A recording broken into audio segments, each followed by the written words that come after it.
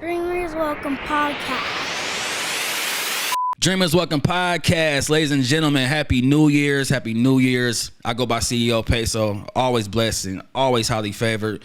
Man, I hope y'all had a great 2024. You know, if you had a good one, keep it pushing, step it up a little bit more, set some new goals. If you feel like you had a bad 2024, now is not the time to give up. Just recreate it a little bit, make some new goals, set some new grinds, get some new discipline, keep your faith up like always. And, just keep going. Podcast update. I'm about to go a slightly different direction, but the same thing. But, I want to get some different type of guests on here, different professions. I'm always going to keep it music. I'm going to keep it entrepreneurs. I'm going to bring everybody in. But I just want y'all to get some more insight on different people because the motto is everybody got a dream. We just got a different way to chase it. So I just want to let y'all know that. But, man, 2024, it was a lot of ups and downs for me. But, I kept it pushing. I got through everything by the grace of God and just, my hustle was there, my grind was there, my discipline was there. I learned a lot, and I had a lot of great guests come on in 2024. And I just want to give y'all some moments from 2024 with the guests, and I appreciate all the guests that came on. That was very transparent, very honest, had some funny moments, some deep moments, and I just want to give y'all a quick recap of my 2024 with Dreamers Welcome. So keep dreaming. Ayo was linking with Vince Carter. Shouts out to Vince. Vince Carter had an artist, which is his best friend as well, ROD. Shouts out to ROD. Still cool with all these niggas to this day. When Vince went and grabbed a smooth 40 racks. Just ran upstairs and brought it back hold that down. too. Yeah. And he sat it down, and I remember Ayo looking at me, and I'm looking at him, and I'm like, so after the scene had got done, I was like, can I hold that? I just want to hold it. Yeah. He's like, oh, yeah, go ahead. I'm like, and I'm just sitting there like, damn, okay. That's what 40 racks That's what 40 racks feel like. Okay, manifest it. All right, let's get it in. All right, let's put it back down. Yeah. Here you go. That was a really cool moment, man. Man, I got so many. Even when we was just shooting shits in this court. Three niggas. I'll tell niggas, bro. We played 21 inside. Like niggas are shooting for beats. We'll be out there at the shooting studio. For beats, yeah. We'll be at the studio because you had to walk through the garage, through the court to get in the house. So we out that motherfucker. We downtime niggas is like full fucking court. Full-fledged. Key advice to telling somebody that you would tell somebody about becoming an entrepreneur. Just one key thing that is just like, what do they need to understand when it comes to entrepreneurship? You got to believe in yourself. When nobody else is, you gotta fall in love with it. You gotta wake up every day, no matter if you get 1 likes or 200. You gotta know that you the one, and it's gonna take off and be consistent. Cause it's gonna be times where nobody clapping for you, and you still gonna have to clap for yourself. I'm just getting my flowers at 9 years. You know what I mean? Like everybody know Tay now, but like you said, you probably came to some of my events and didn't even know who I was back then. You know what I mean? Yeah. So people get their flowers, just a matter of time. But it's about being consistent, even when nobody's seeing you or clapping for you, and showing up for yourself. Absolutely, yeah. I love it. He was like, I'm gonna tell you what. He was like, I'm gonna write down a piece of a number on a piece of paper, and he slid it to me. He was like, tell me what you think about it. And real OG boss shit. Yeah, for sure. He was like, don't say nothing, just sleep on it for a couple weeks. And I left, and I immediately went back to the plaza owner, like, man, did you talk to Mr. Payton? He's like, nah, I hadn't talked to him at all. I was like, well, he just called me, asked me that I want to, buy Napoleons. And I was like, how much of a coincidence is that? You know what I mean? Yeah. And he was like, well, what'd he say? And he had a piece of paper he gave me, and I showed it to him.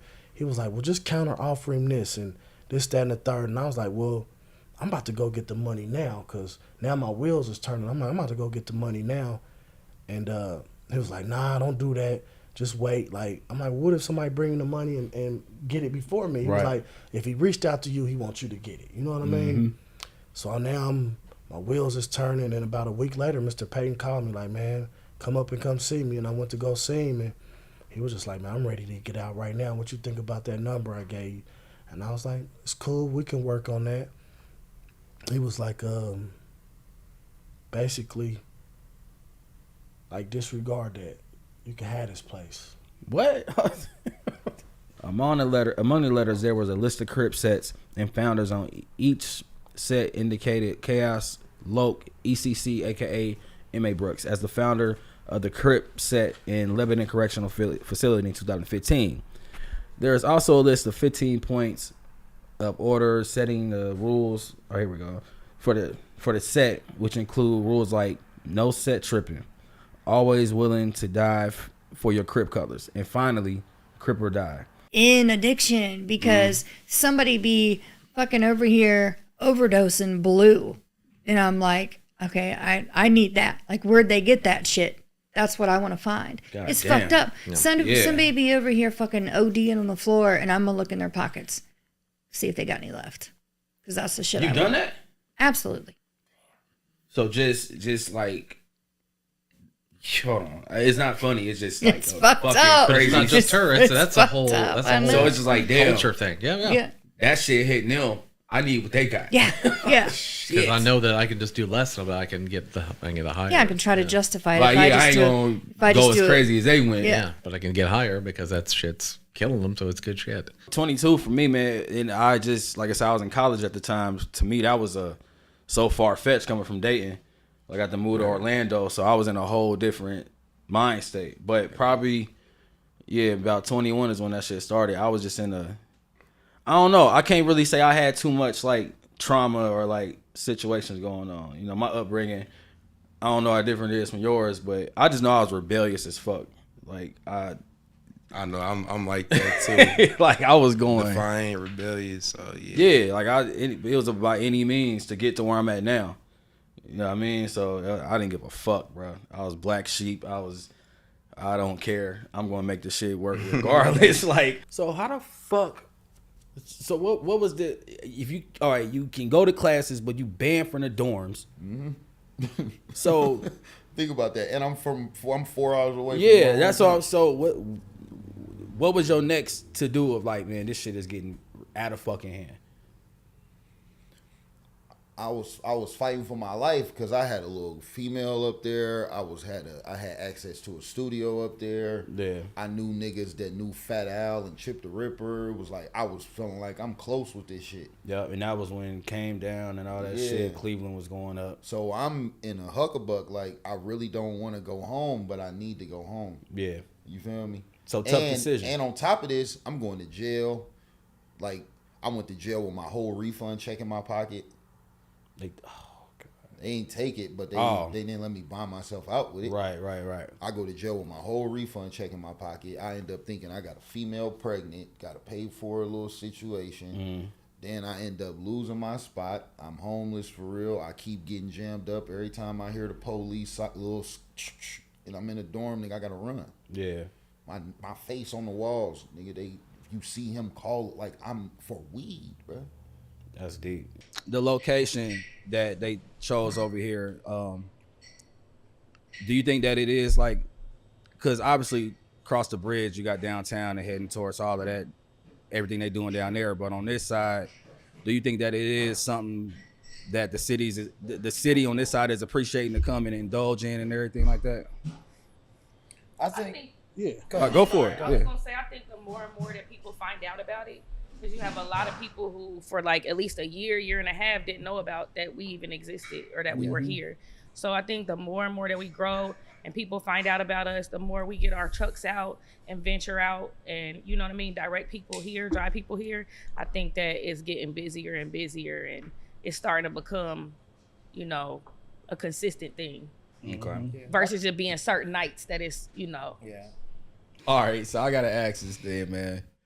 The pussy rate shot up. Nah, not you talking about since I've been doing my thing? Yeah. Yeah, for shit show, for sure. I had 0 kids. When I started doing this rec shit, man, I got, you feel me? I told you I got 5 kids now. I ain't gonna lie, man, I'll joke my way into some pussy in a minute. Like, Right. bitches love funny nigga. You ain't gotta be no tough ass nigga. Shit, bitches love to laugh. And the crazy thing is, for real, people don't believe me, but unless they know me for real, bro, I had over 45 jobs. Woo-wee. Bruh, on my mama. I no cap. I had over 45 jobs, bruh. I get a job. That's the thing. For real, before DJing, bruh, like getting a job. I never understood. Man, it ain't no jobs out here. Man, you get a job. You go really to temp. I used to smack the temp services. I go to this temp service. I remember them days. Then if I would get tired of the job, quit, go to another temp service. I'm on the lunch break at a job on the phone with temp services talking about I could start tomorrow. Like, you know what I'm saying? Like, I mean, just shuffling through that hand, just trying to get the next better pay grade. Better That's pay. when we was, man. I vaguely remember like $8.25 an hour was the shit. Nah, look, for That real, was man. crazy. I've been self-employed, right? I've been DJing for 8 years. I've been self-employed for 5 years. I haven't had a job. I haven't worked for someone else for 5 years. Yeah. The last time that I had an actual job, a good job, was making $13. The way you built up was obviously your brother was the first guinea pig of it. Yeah. But then through getting better before clients came in, you just had to do all these different ways to just practice. You practicing yourself? I was about to say myself, my girl, my cousins, people I know, and then as I got a little bit better, I was on Facebook. I'm like, I'll do you a whole half sleeve. Give me $60. Of course, you know how that went. Yeah, I went. Yeah. Yeah. And that's where the practice make perfect part. I was doing 9 to 12 tattoos a day. So, So what? Yeah, I was tattooing people on their porch. Okay. Like a nigga getting a haircut on the porch in the and hood. you're just coming through with the shit. Man. So Times don't change. That's I mean, obviously that's just a part of the grind and the process, obviously, just to get the brand going. Yo. What made you actually choose that shit to Choose the start DJ? DJing? Yeah. To be 100 with you, bro, and I tell this story every time, you know what I'm saying? My brother passed away, bro. Tony passed, bro. Right before I graduated college, you know what I'm saying? And that's all bro wanted to see me do was graduate, you feel me? Yeah. And I'm gonna be 100, bro. I ran to the music as my healing, you feel me? And I was just going, just literally, I'd be in that, I'm talking about my last semester of school, bro. Like, nigga, I would just be in the house just listening to music all day, crying, goddamn it, crying, happy, kicking it, angry, all types of feelings, you feel me? And I honestly, bro, my homie, he lived right up under me. I was already throwing parties and shit in college. Yeah. And my homie that lived right up under me, he was a DJ. And I told him, I came back, I don't know, he just picked me up from the airport. I was flying back in. I told him, bro, I think I want to DJ. And this goes for, having good people around you, bro, and don't be having no hating ass niggas around you. My nigga was a DJ and really ain't really had too much motion for real, bro. And bro told me, nigga, you need to do that shit. You need to do that shit, nigga. You need to do that shit. You already got it. You go jumping. But him saying do that is prior to, you didn't still have, a huge background in DJing. I had zero background in DJing. You're right. Yeah, so it just was you just fuck it. You just went for it. Yeah, fuck it. I mean, I pretty said, much. fuck it. I said, fuck it, bro. And I was already throwing parties and shit, you feel me? Yeah. So I started throwing house parties. I started throwing house parties. So you started throwing house parties and you started DJing as well. My house parties, yeah. What's your thoughts on how the easiness of how engineering became for certain people? My opinion is pretty nuanced because on one hand, I think it's great because there are a lot of people that, years ago wouldn't have really even explored the idea because they didn't have the money or access to a recording facility, right? But on the other hand, I've never heard a song that someone did on BandLab that I thought sounded good. Right. And this is my thing, and this was something that we touched on in that feedback session in Indy, was I see what you're going for, and it's a good song, but it's just being held back by not having, I don't even want to say a professional touch, but a better touch. Yeah. And, the idea for artists to create on their own time in their own place is absolutely wonderful for artists. That's how you get better. And if you're early on and you want to put those out to get feedback and whatnot, that makes sense. And if you're doing it to make demos, also a brilliant thing to do. But I'm just at a phase, at least with what I see and what I want to do and where I want to go, that it's don't you want this to be magnificent? You know what I mean? Yeah. I worked at Kings Island though. For a little bit. It sounded like you working there, you was getting shit off and you found out the ins and outs. Crazy because I had got kicked out of I had a week before I had got kicked out. They had banned, I had snuck into Kings Island and they had caught me and they had banned me from Kings Island. And about a week, 2 weeks later, they sent me a motherfucking interview, a shit yeah, you come down here and take your interview for Get hired. I'm like, is this a Wait. trick? They tricking me? Hold on, you got banned, and 2 weeks later, you 2 weeks later, they sent me a damn. I applied a month before. Before I got banned, I had applied. Shit, And they had accepted my request and said I got an interview. Like 3 weeks after I got kicked out, man, I thought it was a setup. I went down there, they hired me. I don't know what a setup would be at Kings Island. Like, that's Hey, a wild setup. Police department. I did not know that. Yeah, they got their own. I mean, I guess it makes sense. I mean, not police department, security, but shit. Yeah, Kings Island Police? Yeah. These niggas in Kings Island. No, I get it though. Yeah, That's I ain't been in Kings crazy. Island so long. Though. I don't even know what they added. Dreamers Welcome Podcast.